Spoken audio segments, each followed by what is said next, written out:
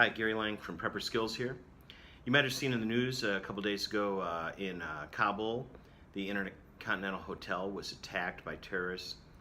They held the facility for about 13 hours while authorities tried to reestablish control.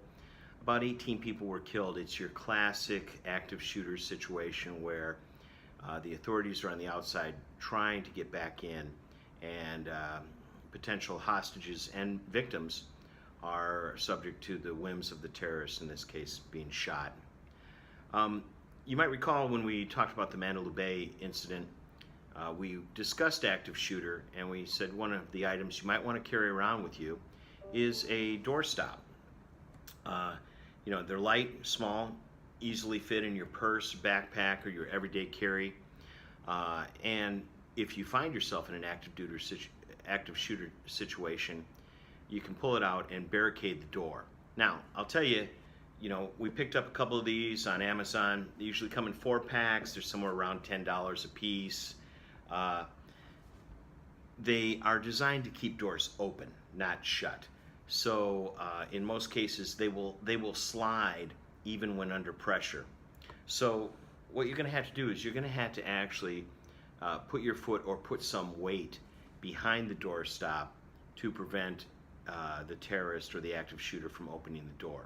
Now, this presents a problem because if the terrorist comes and tries the door, can't get in and moves on, okay. But if he sees that you've placed a doorstop, if this extends back past the bottom of the door jamb, then he might figure out that you're behind the door and he might shoot through the door.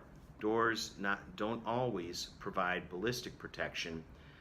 Sometimes they will provide concealment, but not what we call cover or protection from gunfire. So it's something to be aware of. If you do have one of these and you do have to barricade yourself in, there's a possibility that the shooter would shoot through the door and you could be at risk. Now, like I said, we looked at a couple of these. This one, quite small, handy. The only thing I worry about is if the door jamb is a little higher, that this one would fail because it doesn't have enough width. These are a little longer and taller, so they would work, but again, because they're longer, they would project through the door.